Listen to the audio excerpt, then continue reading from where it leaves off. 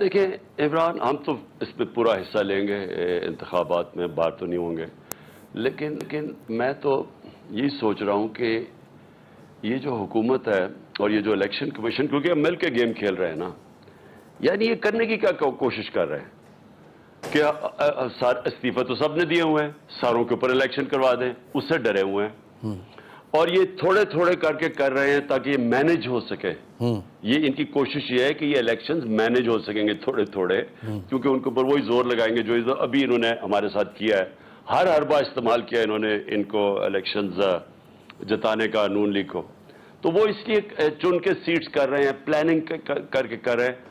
لیکن میرا پھر سے سوال ہے کہ یہ ملک کی اس میں بہتری ہے؟ کیا آپ یہ تھوڑے تھوڑے الیکشنز کروائیں گے تو کیا پولیٹیکل سٹیبلٹی آ جائے گی ملک میں؟ اس سے تو اور ملک ڈی سٹیبلائز ہوگا۔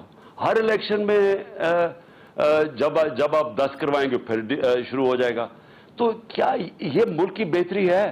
میں حیران ہوں ان کے اوپر کہ ان کو، اور میں اب پہلے بھی میرا یقین تھا کہ ان کا انٹرسٹ اور ہے، پاکستان کا انٹرسٹ اور ہے۔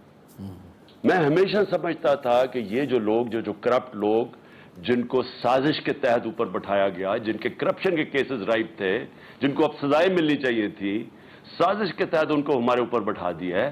ان کا کوئی انٹرسٹ پاکستان سے نہیں ملتا، پیسے ان کے زیادہ باہر پڑے ہیں، زیادہ تر ان کی دولت باہر ہے۔ یہاں جو آپ دیکھتے ہیں یہاں بھی اربوں پتی ہے، کم دولت ہے یہاں۔ یہ صرف اور صرف ان کا انٹرسٹ یہ ہے کہ اب ہم نے یہ پیسہ بچانا کیسے ہے، پہلے چوری کیسے کیا تھا، اب بچانا کیسے ہے۔ اس کے لیے یہ ملک کو قربان کرنے کے لیے تیار ہے۔ ہر چیز یہ جو کر رہے ہیں، ہم تھوڑے پیسفل الیکشنز کروائیں گے، اور یہ جو الیکشن کمیشن ہے اس کو کوئی شرم نہیں ہے، پورا مل کے ان کے ساتھ چن کر کے حلقوں پہ کروا رہا ہے۔ اس سے کیا ہوگا؟ ملک میں انسٹیبلٹی اور بڑھے گی، اس سے ملک تو ٹھیک نہیں ہونے لگا۔ اور ان کو کسی کو فکر نہیں ہے، نہ الیکشن کمیشن کو، نہ اس کو، ان کو کوئی فکر نہیں ہے ملک کی۔ مجھے صرف ایک ہے کہ کیا وہ لوگ جن کے پاس اختیارات ہیں اور پاور ہے، نیوٹرلز کے پاس، کیا ان کو نہیں نظر آ رہا کہ ملک کے ساتھ کیا ہو رہا ہے؟ ٹھیک ہے خان صاحب، یہ قومی اسمبلی میں آپ کی واپسی ممکن ہے کہ کسی کنڈیشن میں آپ واپس چلے جائیں؟ کیوں واپس جائیں گے؟ جب ہمیں پتہ ہے کہ ایک سازش کے تحت یہ ہمارے اوپر مسلط کیے گئے ہیں، ہم جس وقت نیشنل اسمبلی میں جائیں گے تو ہم اس سازش کی تائید کر دیں گے، ہم اس کو ایکسیپٹ کر جائیں گے۔ ٹھیک ہم ہے، کسی صورت اسمبلی میں نہیں جائیں گے، صرف اگر یہ ڈیٹ دے الیکشن کی، اسمبلیز کب ڈیزالو کی جائیں گی، اس کے بعد ہم بات چیت کرنے کے لیے تیار ہیں۔ آپ کی حکومت کو رجیم چینج آپریشن کے نتیجے میں گرایا گیا تھا، اور اس کے کچھ بیرونی اور اندرونی دونوں طرح کے سہولت کار موجود تھے، بہت سارے ایسے محرکات تھے جن کا آپ کو پتہ ہے۔ خان صاحب، جو بیرونی سازش کی گئی تھی تو لازمی طور پر بیرونی طاقتوں نے ایک نئی حکومت اگر پاکستان میں بنائی ہے رجیم چینج کے نتیجے میں، تو انہوں نے کچھ تو ان سے حاصل کیا ہوگا، کچھ آپ سے ڈیمانڈ رہی ہوگی جو آپ نہیں مان رہے تھے اور ان سے ان کو منوانی ہے۔ آپ کو کچھ ابھی تک سمجھ آئی ہے کہ کچھ انہوں نے منوا لیا، کوئی بات ان کی چل گئی، یا وہ جو آپ نہیں مان رہے تھے وہ رجیم چینج کے بعد ہو گیا؟ سب سے پہلی چیز تو روس سے جو ہم نے معاہدے کرنے کی شروع کر دیے تھے کرنے، تیل کے اوپر، گندم کے اوپر اور گیس کے اوپر، وہ سارا رک گیا ہے۔ ہندوستان 40% کم قیمت پہ روس سے تیل امپورٹ کر رہی ہے، 40% کم۔ اور پاکستان، انہوں نے ایک پہلے سٹیٹمنٹ دیجیے کہ روس ہمارے ساتھ آگے بات کرے، تو ان کو تو کوئی انٹرسٹ تھا ہی نہیں، کیونکہ ڈرے ہوئے امریکنوں سے۔ تو پہلی تو وہ بات ہوگی، کیونکہ امریکہ پریشر ڈالنا چاہتا ہے روس کے اوپر۔ میرا یہ خیال تھا کہ ہماری جنگ ہے ہی نہیں۔ ٹھیک ہے، ہمیں اپنے لوگوں کا دھیان رکھنا چاہیے، جس طرح ہندوستان کر رہی ہے۔ ہمیں ہمارا 10 کروڑ لوگ یا غربت کی لکیر کے اوپر ہے یا نیچے ہے، ہماری پرائیورٹی وہ ہے۔ ہندوستان نے امریکہ کو یہ کہا، ان کا اسٹریٹجک ایلائی ہوتے ہوئے اس نے کہا کہ ہمیں سب سے پہلے اپنے لوگوں کا خیال رکھنا ہے، تو وہ تو منگوا رہا ہے ان سے تیل۔ تو ایک تو وہ ہو گیا۔ دوسرا، مجھے اب پتہ نہیں کہ پاکستان کے اوپر سے یہ جو ڈرون اٹیک ہوا ہے افغانستان میں، پتہ نہیں یہ پاکستان کے اوپر سے ہوا یا نہیں ہوا، لیکن میں آپ کو ایک بات بتا دوں کہ یہ ہمیں سمجھ جانا چاہیے کہ یہ پہلی دفعہ جب سے یہ رجیم چینج ہوئی ہے، چاہے آپ اس حکومت کو، طالبان کو پسند کریں یا نہ کریں، لیکن یہ کم از کم پاکستان کے خلاف حکومت نہیں ہے طالبان کی. جبکہ جو پچھلی حکومتیں تھیں، غنی حکومت، وہ سارا وقت ہمیں ذمہ دار ٹھہراتی تھی افغانستان میں. جب وہ فیل ہو رہے تھے افغانستان میں تو پاکستان کے اوپر ساری انگلیاں اٹھاتی تھی. انہوں نے ہماری بڑی بدنامی کی اور وہ ہندوستان کے بڑا قریب تھے.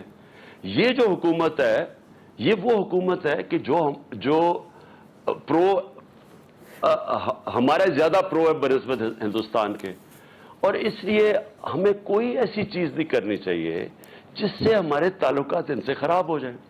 اب اگر ہم ان کو اسپیس دیتے ہیں اور وہ ہمارے اوپر سے جا کے امریکہ اگر وہ ڈرون اٹیک کرتا ہے افغانستان میں تو ہمارے تعلقات ان سے خراب ہوں گے.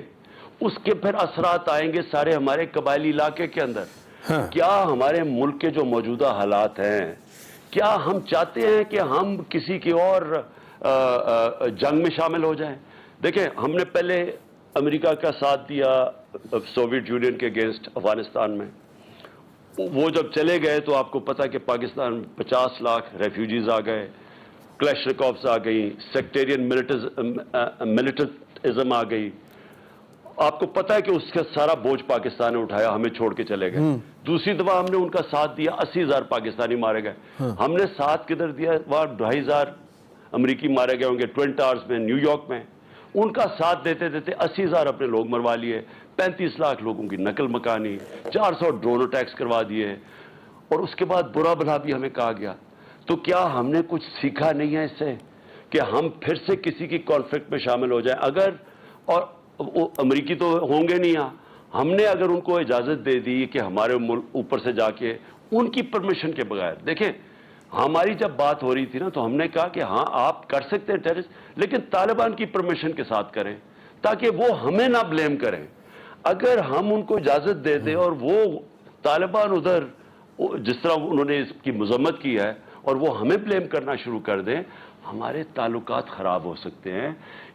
تھوڑی دیر ہمیشہ فائدہ ہوتا ہے. سوویت یونین جب ہم نے ان کی مدد کی سوویت یونین کے خلاف افغانستان میں امریکنوں کی، تھوڑی دیر فائدہ ہوا. جب دوسری دفعہ ہم نے مشرف کے دور میں مدد کی، تھوڑی دیر فائدہ ہوا، لیکن آخر میں نقصان زیادہ ہوا. تو ہم ابھی بھی سوچ لیں کہ ہاں شاید IMF سے پیسے بھی مل جائیں گے، تھوڑا روپیہ بھی مضبوط ہو جائے گا، لیکن کیا یہ پاکستان کے لانگ ٹرم انٹرسٹ میں ہے؟ جی عمران خان صاحب، آخری سوال میرا آپ سے یہ ہے کہ کیا اس سال پاکستان میں عام انتخابات ہو جائیں گے 2022 میں؟ عمران، پاکستان کے لیے، اپنے ملک کی بہتری کے لیے، اپنے ملک کے فیوچر کے لیے، اسٹیبلٹی کے لیے، معیشت کو بہتر کرنے کے لیے، کیونکہ معیشت بہتر تب ہوگی جب آپ کی پولیٹیکل اسٹیبلٹی آئے گی، اس کے لیے میں سمجھتا ہوں کہ بڑی فوری طور پہ ہونا چاہیے.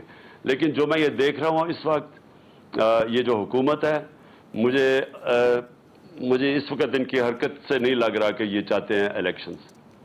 نہیں، آپ بھی تو ہیں نا سر، یہاں پہ پبلک پریشر بھی ہے، لانگ مارچ بھی ہو سکتا ہے. کیا اکتوبر نومبر کی جو خبریں آتی ہیں وہ ان میں کوئی صداقت ہے یا بس صرف ہوا میں آتی ہیں؟ دیکھیں عمران، ہم دیکھ رہے ہیں، ہم ایک پولیٹیکل پارٹی ہے. ہمارے پاس اللہ کے کرم سے سب سے زیادہ اس وقت اسٹریٹ پاور ہے. ہم دیکھ رہے ہیں کہ ملک کی یہ اگر اسی طرح ہی ملک نیچے جا رہا ہے اور یہ اپنی چوری بچانے کے لیے اور الیکشن سے ڈر کے یہ اس طرح کی حرکتیں کریں گے جس طرح انہوں نے ایک فکس میچ کھیلا ہے الیکشن کمیشن کے ساتھ مل کے، اگر یہ یہی کریں گے تو اینڈ میں پھر ہم سڑکوں پہ آئیں گے اور کیا کریں گے. ٹھیک ہے، ہمارا پرامن احتجاج کرنا ہمارا رائٹ ہے. اور آپ یہ یاد رکھ لیں کہ اس وقت دنیا یہ پریڈکٹ کر رہی ہے، آپ باہر کے جو اکانومی کے اوپر تجزیہ کرتے ہیں بڑی بڑی میگزینز یا یہ جو کریڈٹ ریٹنگز ہیں ساری، وہ ساری اس وقت پاکستان کی نیچے جا رہی ہیں. اور وہ سارے دیکھ رہے ہیں کہ چوتھے نمبر پہ دنیا میں پاکستان آ گیا جو ملک ڈیفالٹ کرنے جا رہا ہے، دیوالیہ نکلنے جا رہا ہے. تو اگر اسی طرح یہ کچھ کریں گے بھی نہیں اور ملک بھی نیچے جا رہا ہے تو پھر ہم ایک پولیٹیکل پارٹی عوام کے پاس نکلے گی. ٹھیک، تھینک یو ویری مچ سر، بہت شکریہ عمران.